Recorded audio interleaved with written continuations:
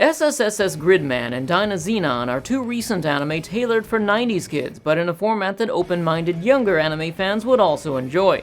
As you may know, these shows exist within the Gridman universe, a live-action tokusatsu series from the early 90s. If you're unfamiliar with tokusatsu, think Power Rangers, Godzilla, or for the sake of today's anime, Superhuman Samurai Cyber Squad, which is one of the two meanings for those four S's. Though die-hard Gridman fans may disagree, I'd say you don't need to see the original series to enjoy these anime. I didn't. In fact, I think you might enjoy 4S.Gridman more without prior knowledge because it increases the mystery aspect, which was a crucial component to my overall enjoyment. Though, if you'd like to arm yourself with enough information to catch the foreshadowing, I'd recommend watching episode 1 before 4S.Gridman and episode 18 prior to Dynazenon. Of course, the more you watch, the more references you'll catch. After all, these anime are filled with references, not just to Gridman, but also Transformers. Just about every character in both series is a walking Transformers Easter egg. However, one crucial bit of information you do need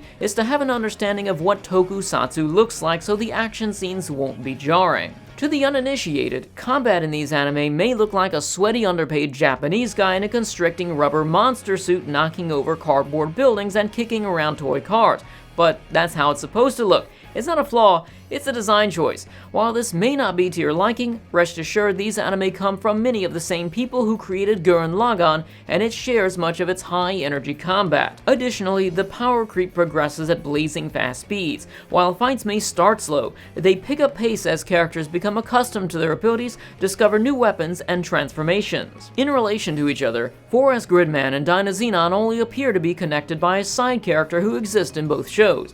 Although these anime are connected, their types of stories differ significantly. The 4S.Gridman anime plays out like a mystery where its heroes gradually discover more about their world, power, and enemies, while Dynazenon is much more straightforward. Let's take a closer look into the individual series, starting with 4S.Gridman. If you don't know, it's the anime you should be watching first. Literally everything in the 4S.Gridman series is a mystery because our protagonist Yuta is introduced with amnesia. Additionally, there are massive kaiju standing around the city that no one else seems to notice, and people's personalities tend to change mysteriously, often forgetting that numerous characters or events ever existed.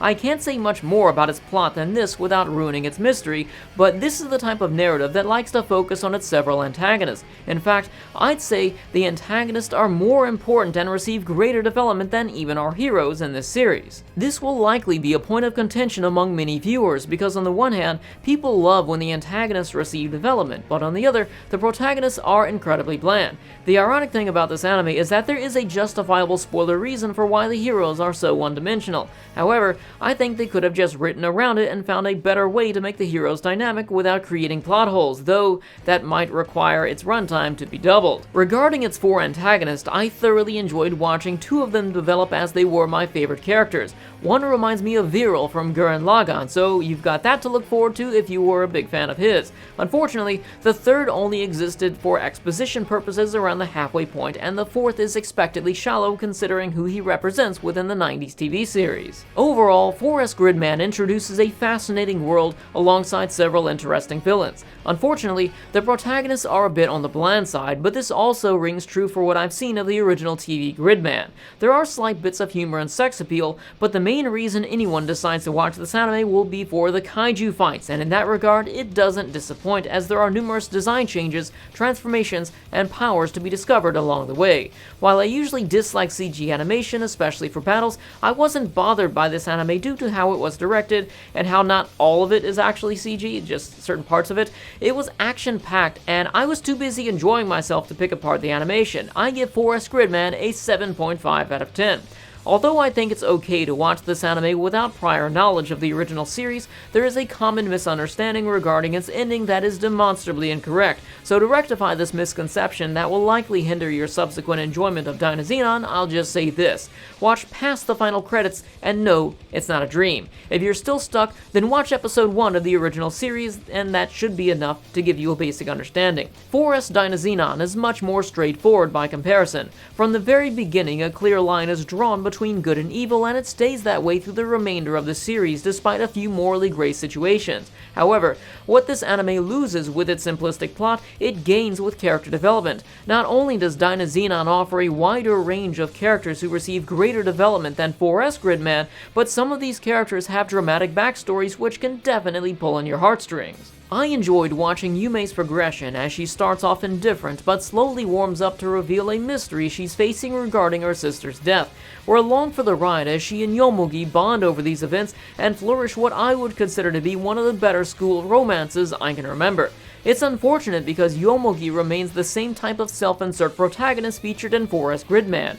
Maybe this too is a tokusatsu trope, but I fail to see how it offers any real entertainment value instead of giving him equal characterization to his peers. Regarding the others, I like Chise, but I wish they went deeper into her implied emotional struggles. Her cousin Koyomi receives more screen time for his backstory, but they stop just shy of making any sense with it. It seemed that they had enough time to develop just one of these characters fully, but still decided to split their screen time. I preferred to get more Chise content if I had to choose because she was generally a more likable character. If you enjoyed Gurren Lagann, and especially the enthusiastic Hamida, then you're bound to find Galma to be your favorite character in Dynazenon because he is kinda a Kamina analog.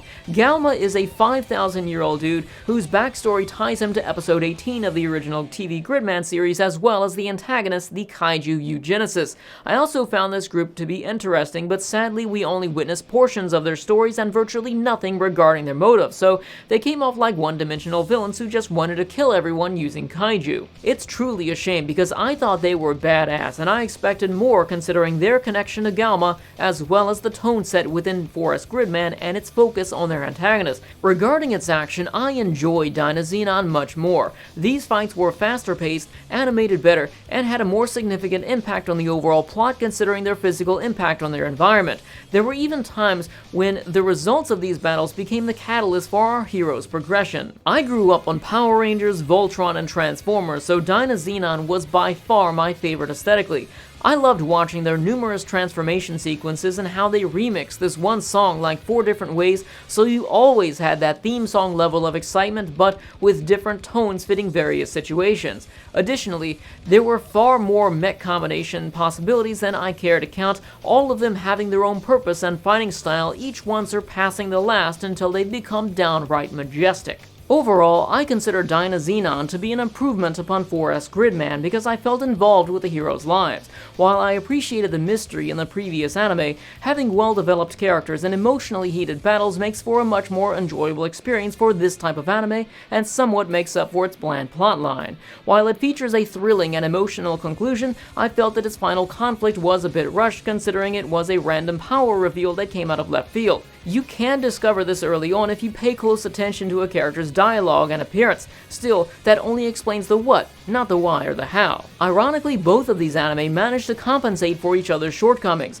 4S.Gridman for having the better plot, and Dynazenon the superior characters. But unfortunately, it felt that they were both half as short as they needed to realize their potential fully. If its creators decided to put these efforts together for a single 24-episode series, then we could be looking at 9 or 9.5 material. But instead, we have 2 admittedly enjoyable shows that sadly feel like fragments of their true potential. I have to credit Studio Trigger because they're taking a risk in creating an anime original that targets older fans. Considering the massive amount of references to Gridman or Transformers, it's clear to see they're immersed in their element and are genuinely creating an anime they love. While some cynics scoff at their lack of creativity, I think we can all hope this mentality catches on with other studios because whether you like it or not, these anime buck the trend. I'd like to see more studios acknowledge their older fans with anime originals that are complete stories. Although these 2 anime are relatively self-contained, there is a sequel in the works titled Gridman Dynazenon, so I'm definitely looking forward to that, though we have little information as of yet. Have you seen either of these shows? Tell me what you think in the comments section below. If you decide to watch either of them due to this review, come back and let me know your thoughts. I'd like to thank all of my supporters on Patreon and through YouTube channel memberships for making these videos possible. A special thanks goes to Nia-chan for 3rd tier support, and I'll see you all tomorrow with my review of Tree of Palm.